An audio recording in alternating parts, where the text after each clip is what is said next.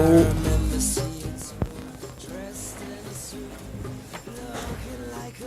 Intrepid crew.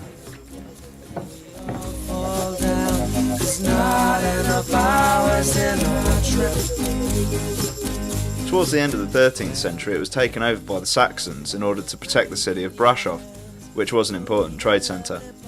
Vlad Tepes used Bran Castle as a base for his incursions into Transylvania. The only connection between this castle and the legend of the Black Count is the atmosphere of the medieval architecture and the mystery behind its unusual objects.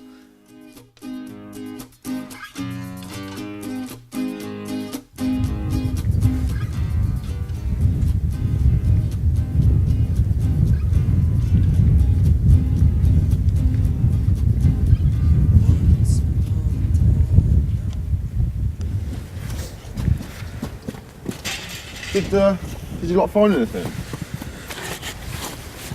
You see, Bran Castle has absolutely nothing to do with Dracula. You must have got the name Bran mixed up with Bram. It's quite a common misconception. Did you know that once? What, you knew about this? Sorry. Shut up.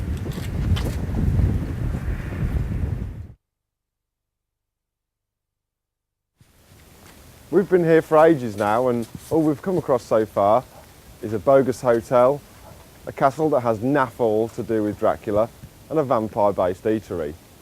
But we've been informed of a place of extreme relevance, Snagoff Monastery. We can't get to Snagoff Monastery because the waters that surround it are frozen over. One of our intrepid crew tried the water out with his feet, and his widow has now been informed. May God have mercy on his soul.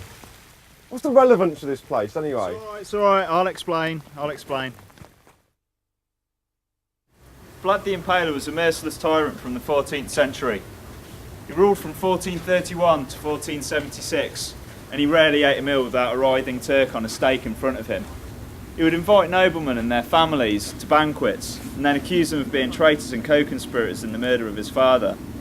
He would then kill and impale the noblemen and their families, keeping the young as slaves.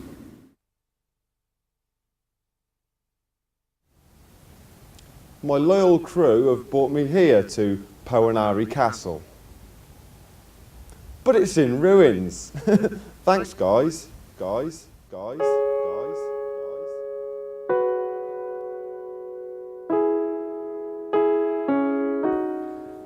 Situated near Cortea d'Esche in the Transylvanian Alps, Poenari Castle is where Vlad spent most of his turbulent midlife. It stands on top of 1,500 steps and was built in the 15th century as a hideout and a vantage point seeing the oncoming Turkish attacks. For your information, Paul, it's in ruins because of years of neglect. It stands now only as a symbol of a man who instilled fear in his foes and is now heralded as a hero.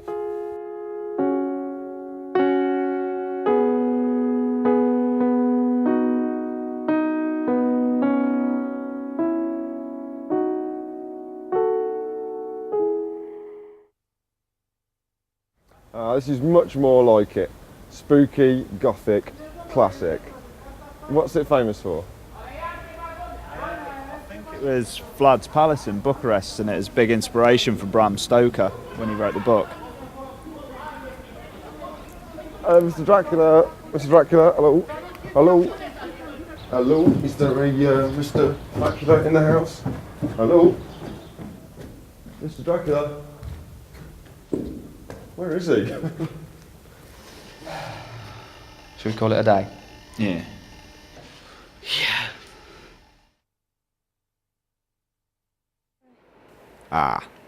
It's a new day and we've come to Sigosora.